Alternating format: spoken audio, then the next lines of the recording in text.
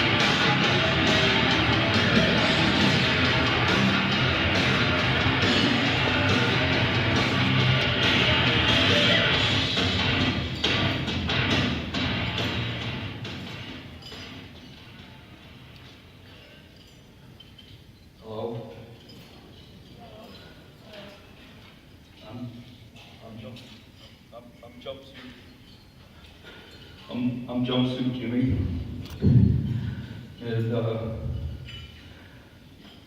y'all look real nice today, especially the ladies. I met Frank when I was on the streets in Delray, and he was a great man to me. I was living underneath the I-95 overpass, and he was serving meals out of the back of a beat-up old van with a carrying kitchen. And I was watching that video.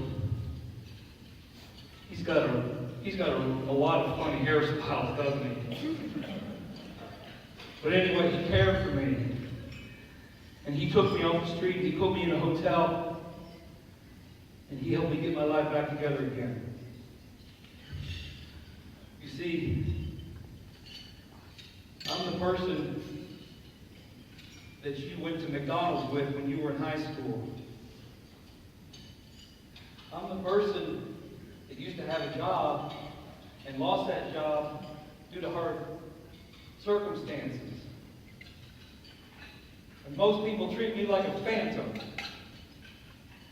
But not Frank or Kenny, not the people that carry me. And I'm forever grateful. But at the same time,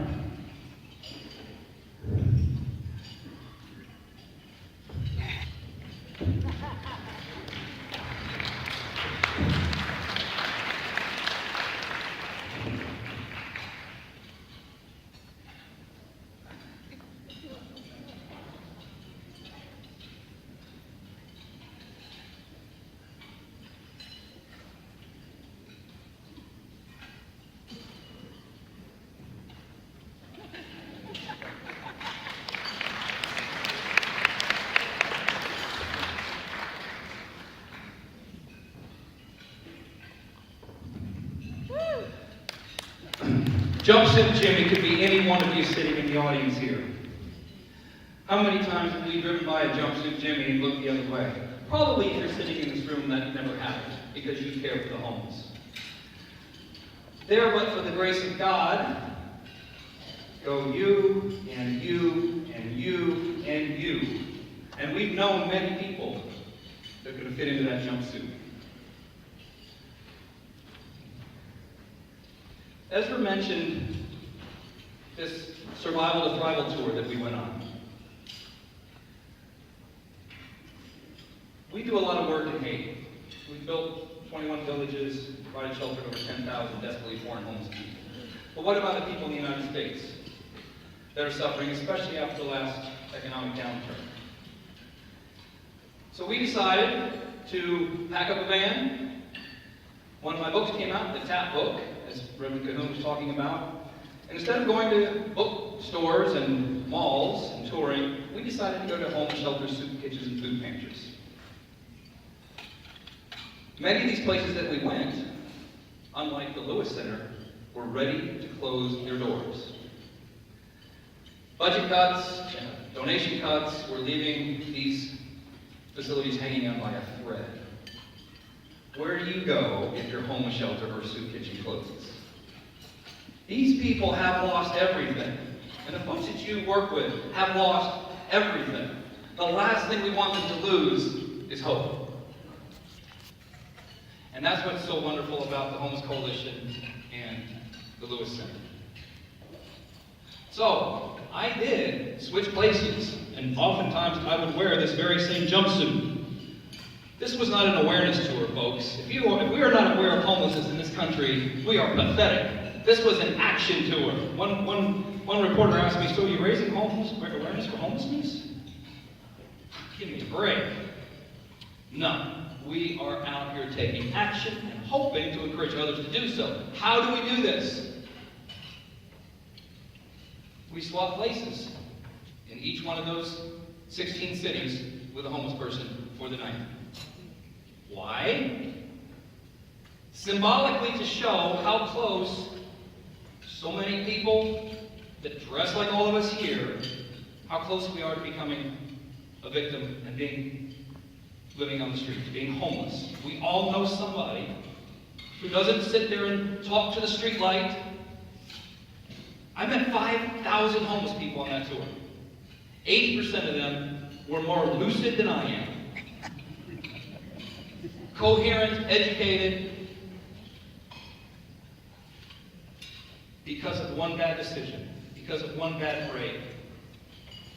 People dressing like us are this close to living on the street. That's why I swap places. That's why I went underneath the bridges. I went into homeless shelters, and I went to parks, city parks. And a homeless person who was showing the most sign of turning their life around, not according to me, but according to the executive director of the homeless shelter that we visited, was allowed to change places with me. We bought them new clothes. We put them in a nice hotel. We gave them a voucher for dinner. And the only requirement that I order room service. You deserve it because you are identified as the one who's turning your life around. I was not the example, the positive example. By the way, when I came to Florida with that $50 bill, my first night I slept not under a bridge, I slept under the Deerfield Beach Pier. So I know what it's like to sleep outside. At 18 it was fun though, and it was nice to sleep outside. But when we took that homeless person, and he got to stand up and be recognized in front of his peers at the homeless shelter for turning his life around, and he got the VIP treatment, there was not a single bit of resentment in these shelters. They were genuinely happy for this man or woman to be able to be treated like a king or queen for the night. That symbolically was to represent how close so many people are. Those 10,000 people that have gone through the Lewis Center doors, how close are they to getting their life back on track? If it's 80% of the people that come through, at least the ones I met, that are able to be employed, that the drug abuse and the alcohol problem was a result of the homeless problem, didn't cause it.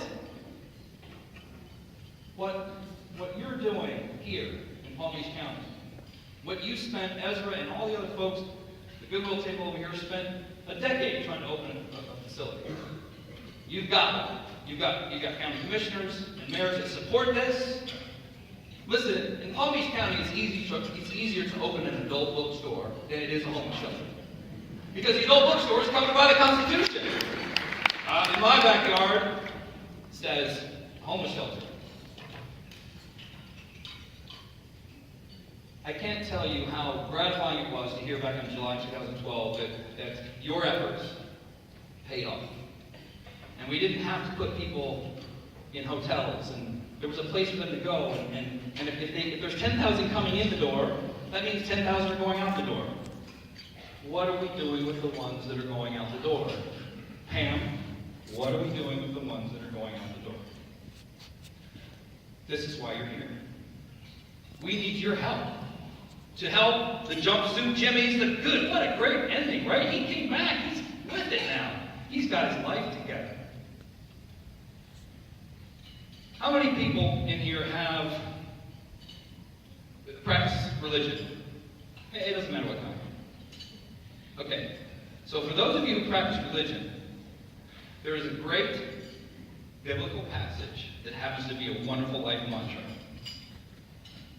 Luke 12:48 says, "To whom much is entrusted,